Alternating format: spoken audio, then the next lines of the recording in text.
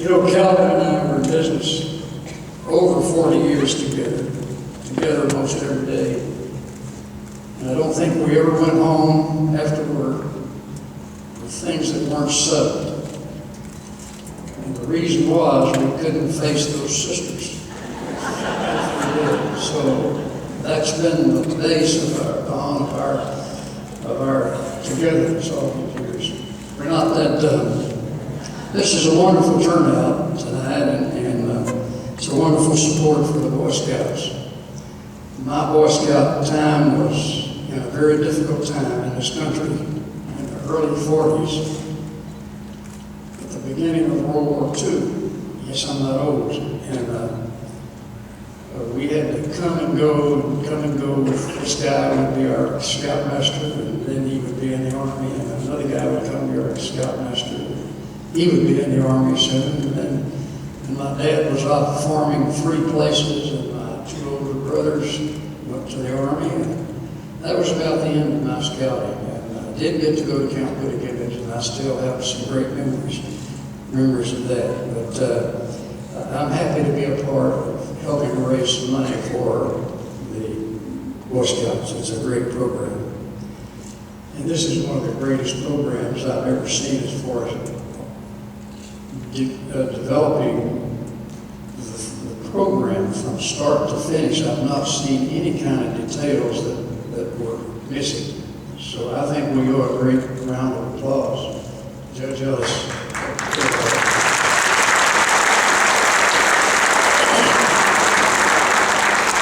I want to quickly tell you, folks, if you haven't been in this position, you have not lived until you've had your picture on a billboard in the best arteries in the city of Brownwood, or then you haven't had a story in the paper at least once a week with your picture, and daily on every radio station in town. And you couldn't go to the grocery store, to church, to anywhere else. Both of us were bombarded with, hey, saw your picture on the billboard, read about you in the newspaper. How much did you pay Steve Ellis to brag on the radio? I want to tell you, if you folks in the local media have ever wondered about whether or not your messages are getting through to the public, I can tell you they are, because I've been affected by that, and I know that had a great deal to do with the effectiveness of this program tonight. I watched the video. It mentions Kiwanis pancake suppers. It mentioned, we had a couple of guys on that who are Kiwanians. I've been a Kiwanian for over 50 years, and I always looked at us as being really a tight bunch, supporting each other. And I don't know where some of those pictures came from. I've never seen those pictures before. But Rex, and I know you're in here, you surely had the guts to come tonight. I can remember something my dad said, that everybody is normal until you get to know them. And Rex, I think I know you tonight. I sure do. My friend Harold, we've been friends for a long time. He was a little softer on me, but Harold, you got to remember that you're the oldest guy in the Kiwanis Club, and I'm next. So just remember that birthdays are good. They're really good for you, because the more you have, the longer you live. And the longer you live, the longer it will be before I'm the oldest guy in the club. So hang in there, Harold. And you guys, I'd really like to thank you guys who did that video. It was well done, and I'm not sure I know all about those people you talked about. But anyway, it was well done. I don't know right off if there's a list of things that are required to be honored as a distinguished citizen. I do suspect this, that sometime in the next few weeks there will be another one of these certificates issued at the Kiwanis Club, and the word distinguished will probably be out of there, because that's typical of what Rex might do. I think Calvin and I must have just been reasonable targets, because we both lived here for a long time, but for whatever reason we might have been selected. I think I speak for both of us in saying we sincerely appreciate that honor, and especially the opportunity to help raise funds for the Boy Scouts, and most definitely to appreciate the great response that you folks out there have come through with tonight. It's a great program teaching young men how to live a purposeful life, and they will someday be the leaders in the community. And you've helped do that tonight by giving them funds to continue their programs. Dr. Newberry did introduce my wife, Margaret, and I appreciated that, because I probably would not have done a good job of that. And I want you to know, I don't know where I'd be today without that lady. She has been my rock and encourager. I can't see her. But anyway, she has been a great supporter for many years, and has helped me so much. And if I can manage to behave for another year, and the good Lord lets us live, we'll cross that 60 years together. And that's in 2012.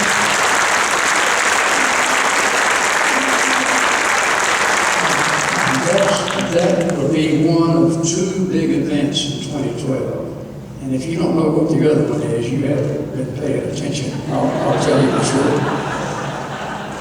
But poor Margaret grew up in a family of four all girls. Even the cousins were mostly girls in those families. And she married me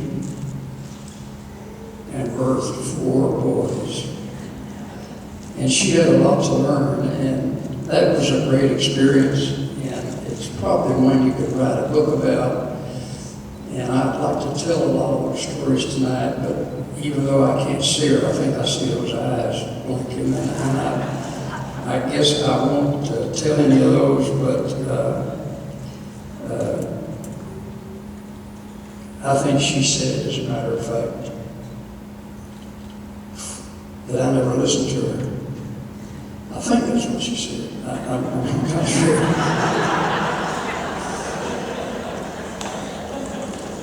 But I'd like to thank the folks at PF&E. I see them there, and I just wanted to say to you that I appreciate the patience you had with me for all those years. And I know your lives, now that I've been gone for 5.5 years,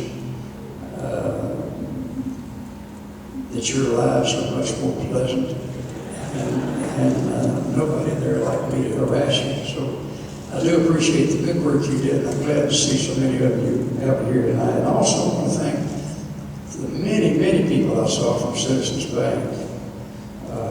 Looks like there must be 45 of the 48 that were there, and that means a lot to me and to Calvin also, for you're a group of dedicated people, and we certainly do appreciate you. But you know, if Calvin and I have ever really accomplished anything, particularly in the community, it's because of your support. All of you out there, is because of that, as is evidenced by what you have done here tonight. Brownwood is just a great place to live, and a great place to work, and a great place to serve. I know that back in 1966, when Mr. Truett Ellis and Calvin and I opened our doors, this community immediately began to support us, and have since that day. And we would like to thank you personally, publicly. We've not had an opportunity to do that for all those years of support. And because of that, you've allowed us to participate in the good things that have happened here in Brownwood.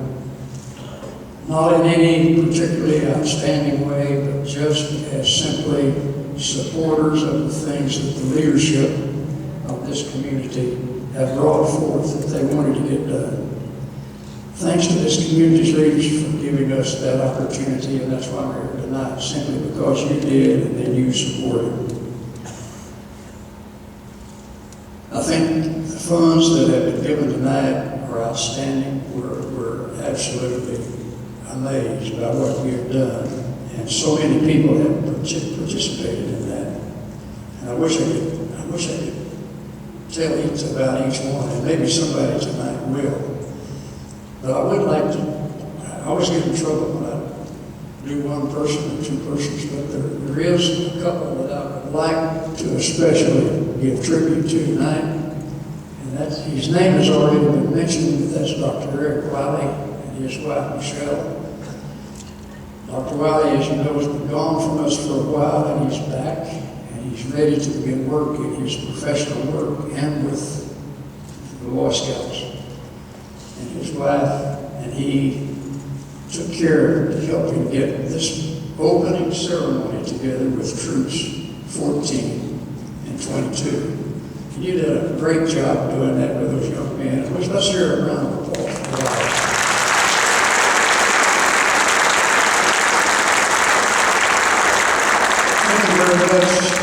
I want you to know that we appreciate so much this honor, and we're glad to be here tonight. We appreciate your being here. Thank you.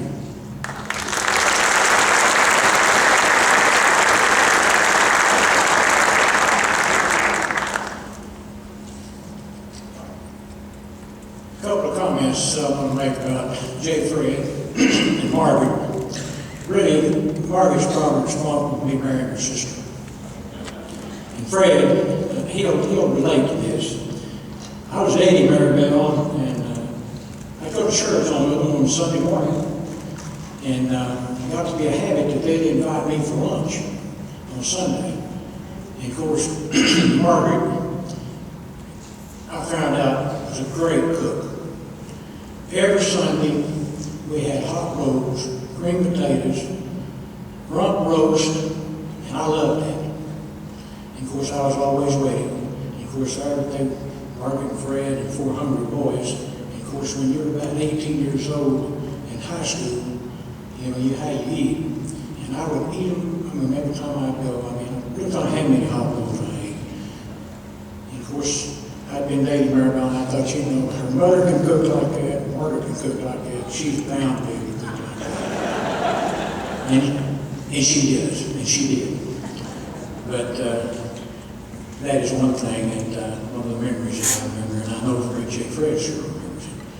Another thing I remember, Fred made a comment to me. P.F.E. wasn't our first venture. We had a couple of other things we did. One day he told me, he said, Calvin, until I got involved with you in business, I always had a savings account.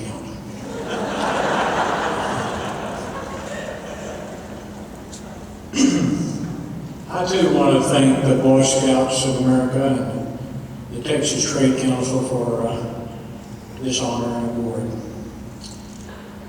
As Fred has said, it is an honor, but our accomplishments would not have been possible without the help of many people. We've been blessed over the years with some great partners, some hardworking, dedicated associates, and a wonderful family.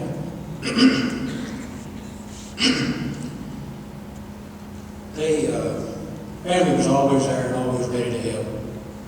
And as Fred mentioned, we had one of our partners was Troy Davis. The E and the P of me. He's the reason we're here.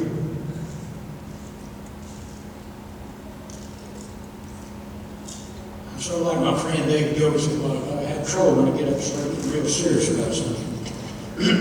But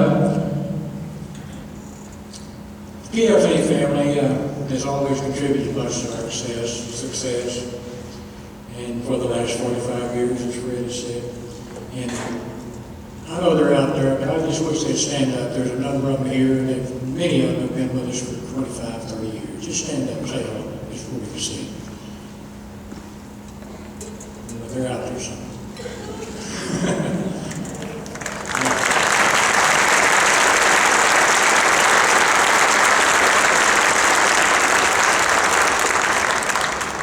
And Fred, as Fred said also, we have another group of people that we've been in partners with and involved with, and that's was a citizen there for the bank. And they too are so dedicated and continue to work with us, and our partners in that business, and our directors. And two of them are not here with us anymore, but we're great partners. That was Lynn Neighbors and Denny Respect. I have one other part. You saw a picture in there a while ago. A lifelong friend, good partner, been in the cattle business. Our families travel all over the country and had great times, and that's David Gilbert. He's sitting right down there.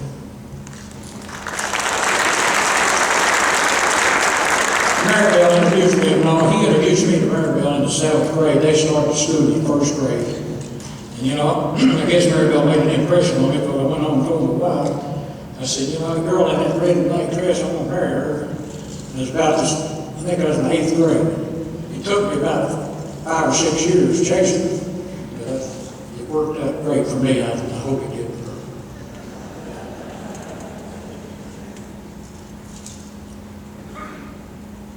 It's been a pleasure being involved with the Boy Scouts on this project. And the Boy Scouts of America, that's an organization that promotes and teaches the values that our forefathers intended us to do, and they continue to do that. And that's great, and that's something that we need to see continue. Also, we need thanks to the city of the people of Brownwood in this area for a tremendous attendance in that. And then, about Brownwood, they always do this. You got a project, they turn out.